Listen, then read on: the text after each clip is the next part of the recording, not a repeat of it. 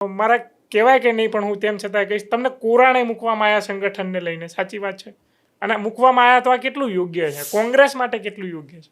મને કોરાણે મૂકવામાં અને નહીં મૂકવાની વાતને હું બહુ મહત્ત્વ નથી આપતો. દરેકનો રોલ હોય છે. મારા પિતા માનો કે 4 વાર મુખ્યમંત્રી થયા, પછી ફોરેન મિનિસ્ટર થયા, પ્લાનિંગ મિનિસ્ટર થયા, પછી માનો કે એમણે નિવૃત્તિ કરતાં એ રસ ઓછો લેતા હતા.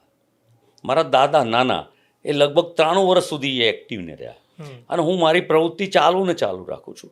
કોરાણે મૂકવા ના મૂકવા કરતાં જ્યારે મને પોલિટિકલ અફેર કમિટીમાં છું, મને સંગઠન સૃજનમાં મને પંજાબની જવાબદારી સોંપી, મને માનો કે રાજસ્થાનમાં પણ જઈને કામ કર્યું, હું જમ્મુ કાશ્મીરનો પણ પ્રભારી માનો કે રહ્યો, અને ત્યાં પણ માનો કે એલાયન્સની સરકાર આવી કે આ તે. પણ કહેવાનો મતલબ સવાલ એ નથી. કોઈ વ્યક્તિ વિશેષ કરતાં પાર્ટીની વિચારધારાને મજબૂત કરનારા લોકો એક થવા જોઈએ. અને એટલા માટે પાર્ટીના ફોરમમાં રહીને પણ, અને ફોરમની બહાર મેં ના કીધું કે જન્મદિવસને શું તરીકે ઉજવો, તો મને એમ લાગ્યું કે આજના તાતા સંદર્ભમાં, ગુજરાતની રાજકીય પરિસ્થિતિમાં, ગુજરાતના સૌ વિચારધારાવાળા લોકોમાં, ખાસ કરીને કે જે લોકો બિનસાંપ્રદાયિક અથવા તો ગાંધી વિચારસરણી અથવા રાહુલજીના નેતૃત્વને સ્વીકારીને ચાલે છે, એટલા માટે જન્મદિવસને મેં પરિવાર સંગમ તરીકે જોડવાનો અભિગમ કર્યો. અને હમણાં એક નાનકડો કાર્યક્રમ કર્યો અમારા મહીસાગરના કાંઠે. અમારું ટ્રેડિશનલ માટલા ઊંધિયું કહેવાય. આ તો 2007માં કર્યું હતું, એના પછી 18 વર્ષે કર્યું. અને ઘણી નવી પેઢી તો કદાચ જાણશે કે ઓળખશે પણ નહીં.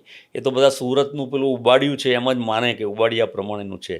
પણ અમારા મહીસાગરના કાંઠે જે ટ્રેડિશનલ માટલામાં જે તમે બટાકા, શક્કરિયા, પાપડી અને જુદી જુદી ચટણી, કોઠાની, લસણની, ધાણાની અને ખજૂરની ચટણી અને ખાટીયું, અને એ ભેગું કરીને અંદર તેલ નાખીને મસળીને જે ખાવાની જે મજા, નવી પેઢી જાણશે નહીં કે આવી મહેનત કે જફા કે, પણ એ અમારી સાંસ્કૃતિક અને વિરાસત અમારી કાંઠાગાળાની, કે જ્યારે પુલય નહોતા ઉમેટા કે ગંભીરાના, અને ત્યારે ગરીબ સામાન્ય વર્ગના લોકો, ખેડૂતો ત્યાંના મહેમાનની નવાજી એ કેવી રીતે કરતા, એના માટે મેં એવું ઉજવ્યું હતું એ પરિવાર સંગમનું ઊંધિયું, માટલા ઊંધિયું.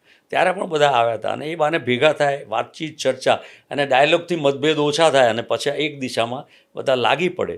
અને હવે તો કેટલા પ્રશ્નોનો સામનો દેશે કરવાનો છે, એટલે મને લાગે છે કોંગ્રેસીઓ ભેગા થઈને ચોક્કસપણે મક્કમ જવાબ આવા લોકોને આપશે.